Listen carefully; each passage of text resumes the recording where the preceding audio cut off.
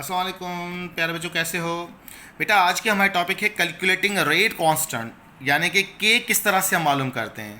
तो बेटा मैं पहले भी डेरिवेशन ड्राइव कर चुका, दोबारा रिपीट कर लेता हूँ। रेट इसके बराबर होता है, हमने कहा रेट बराबर होता है D x over D T के, यानी कि that is the rate constant reactant side.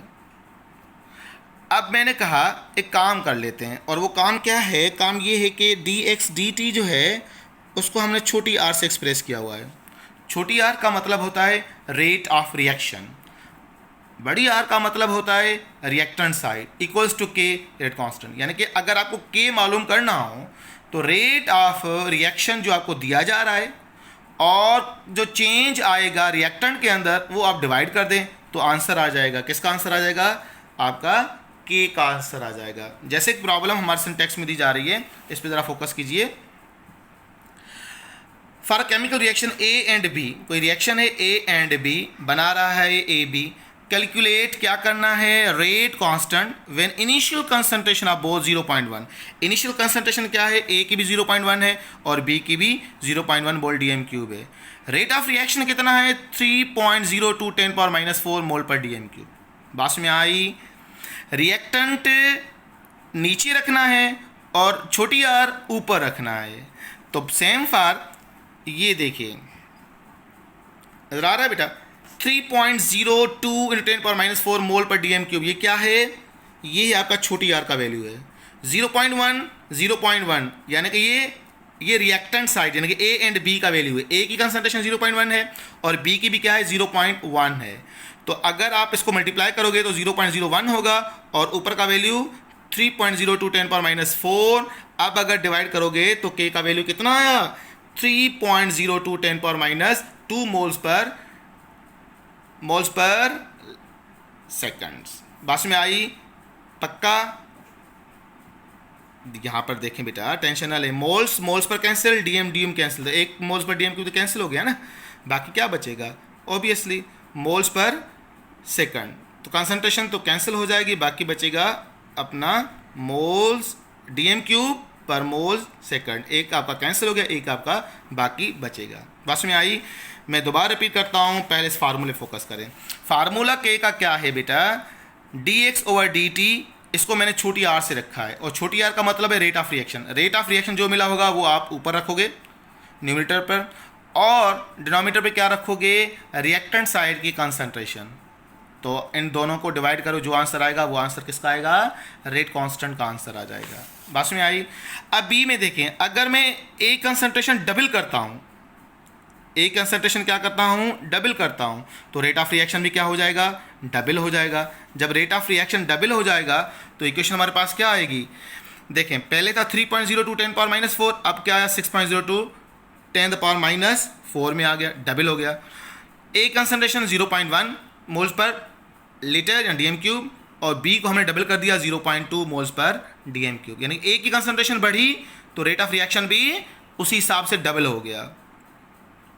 तो अब अगर हम कैलकुलेट करें तो आंसर क्या आएगा? 3.02 10⁻² मोल्स पर डीएम क्यूब कहें या डीएम क्यूब पर मोल सेकंड। तो आप इस तरह से आसानी से कैलकुलेट कर सकते हो। अब देखिए दोनों में चेंज क्या है, फर्क क्या है? There is no difference. मैं रिपीट करता हूं, पहला का आंसर भी सेम निकाला 3.02 10⁻², और बाद का भी आंसर सेम ही आया। तो इसका मतलब के कंसंट्रेशन पर इंडिपेंडेंट है। इसका मतलब क्या हुआ बेटा? के इज द इंडिपेंडेंट कंसंट्रेशन। अगर आप ए की कंसंट्रेशन ट्रिपल कर दो, 4th टाइम कर दो, 5th टाइम कर दो, बी की कंसंट्रेशन 6 टाइम कर दो, तो याद रहे रेट ऑफ कांस्टेंट पे कोई फर्क नहीं पड़ेगा। ये बात जहन में होनी चाहिए, क्योंकि जितना आप न्यूमरेटर बढ़ाओगे डिनोमिनेटर उतनी ही स्पीड में बढ़ेगा। यानी कि ये 2 टाइम्स तो ऊपर भी 2 टाइम्स आएगा, नीचे 2 से मल्टीप्लाई करोगे ऊपर भी 2 से मल्टीप्लाई करोगे, तो नेट आंसर तो सेम ही आएगा ना बेटा। तो कांस्टेंट पे कोई फर्क कंसंट्रेशन का नहीं पड़ता है। तो कैरेक्टरिस्टिक ऑफ के क्या है, ये आप 3 पॉइंट जो है नोट कर लें। It has fix value at particular temperature, किसी खास टेम्परेचर पर ये फिक्स होता है। इसका मतलब ये टेम्परेचर पे वेरी कर सकता है, टेम्परेचर बढ़ाओ या कम करो तो कंसंट्रेशन आपके कांस्टेंट पर फर्क पड़ सकता है। It value varies with temperature, यानी कि अगर टेम्परेचर कम करोगे बढ़ाओगे तो फ़र्क पड़ेगा, पर कंसंट्रेशन बढ़ाओगे या कम करोगे तो रेट कांस्टेंट पर कोई फ़र्क नहीं पड़ेगा। हमने प्रूव भी किया कि अगर हम बी की कंसंट्रेशन डबल कर रहे हैं तो रेट ऑफ रिएक्शन भी डबल होगा, पर कांस्टेंट के जो है वो उसका वैल्यू सेम ही रहता है। Third point, it values temperature remains unchange when the concentration of either of all reactant is change. जब तक कि एक रिएक्टेंट की पूरी कंसंट्रेशन चेंज नहीं होती तब तक उस पर कोई फर्क नहीं पड़ता है, यानी कि उसकी कंसंट्रेशन वही की वही रहती है।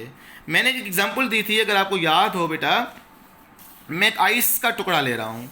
ये सवाल भी आया हुआ है बहुत इंपॉर्टेंट कि ये 5 ग्राम मैंने एक सॉलिड आइस लिया है, कितना है बेटा 5 ग्राम इस, सही, और इसका टेम्परेचर कितना है 0 सेल्सियस है। अब 5 या 2-4 मिनट के बाद ये आइस का पीस छोटा हो गया, अब कुछ वाटर मॉलिक्यूल्स आ गए हैं। आइस का पीस कितना है अब 2 ग्राम का है और पानी 3 ग्राम में कन्वर्ट हो गया। अब बताओ टेम्परेचर जो है वो क्या होगा, 0 से बढ़ेगा, 0 होगा या फिर 0 से कम होगा? ये सवाल है,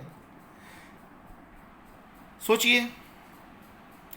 बिल्कुल सही आंसर जिन्होंने ये दिया है, क्या दिया है, no change in temperature, temperature still 0 degree centigrade है। सर 0 क्यों हुआ? जब तक आइस का एक पीस भी होगा, 1 ग्राम भी होगा, तब तक टेम्परेचर में कोई भी चेंज नहीं आएगी। तो सेम फॉर हेयर। अब ये दिमाग में एग्जांपल बिठा दें, ये देखें, it's values temperature remains unchange, temperature unchange होगा कब तक? जब तक पूरी कंसंट्रेशन रिएक्टेंट की जो है वो चेंज ना हो जाए। जब तक रिएक्टेंट की कंसंट्रेशन चेंज नहीं होगी टेम्परेचर पे कोई फ़र्क नहीं पड़ेगा। और अगर आपने टेम्परेचर को चेंज कर दिया तो इसका मतलब अब के का वैल्यू भी चेंज हो जाएगा। के का value very with the temperature, concentration पे कोई फ़र्क नहीं पड़ेगा। बात में आ गई, ये पॉइंट्स नोट कीजिएगा। इंशाल्लाह बेटा नेक्स्ट टॉपिक हमारी मैकेनिज्म बेस होगी, types of the reaction based on reaction velocity. कुछ स्लो रिएक्शन होते हैं, कुछ फास्ट होते हैं और कुछ आपके मॉडरेट रिएक्शन होते हैं। वो किस तरह से होते हैं वो हम अगले लेक्चर में डिस्कस करेंगे। अपना ख्याल कीजिएगा बेटा। अल्लाह हाफिज़।